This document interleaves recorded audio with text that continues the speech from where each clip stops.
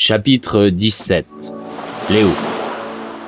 Il grandit sur les côtes bretonnes où il a appris à respecter et à craindre la mer. Son père était un pêcheur et ses récits de créatures lumineuses dans les profondeurs ont semé les graines de l'obsession de Léo pour la bioluminescence. Dans les profondeurs abyssales, Léo est plus qu'un simple ingénieur, il est un gardien des mystères de l'océan. Son histoire est tissée de curiosité et de détermination, une quête qui l'a mené à des découvertes inattendues. Après des années de recherche, Léo a découvert une espèce de plancton capable de produire une lumière intense. Il a conçu sa source lumineuse pour imiter cette bioluminescence, espérant ainsi explorer les abysses sans perturber leur fragile équilibre.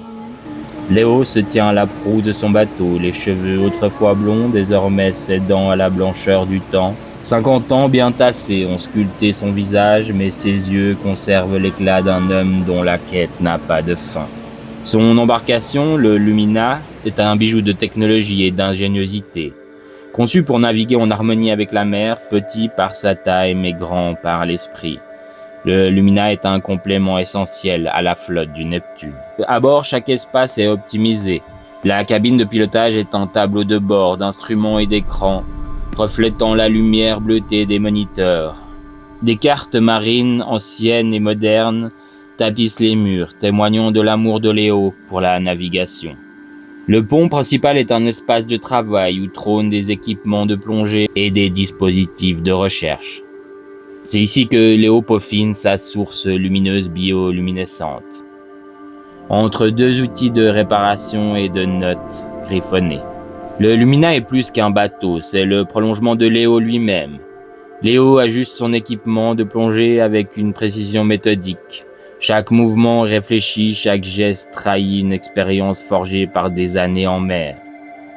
Il jette un dernier regard au Lumina, son fidèle compagnon d'exploration, avant de s'engouffrer dans le mini-sous-marin. Le cockpit du sous-marin est un cocon de technologie. Léo active les systèmes et un doux bourdonnement remplit l'espace.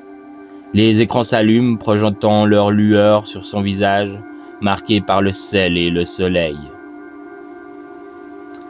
Si tu veux la suite, demain. Même voix, même endroit.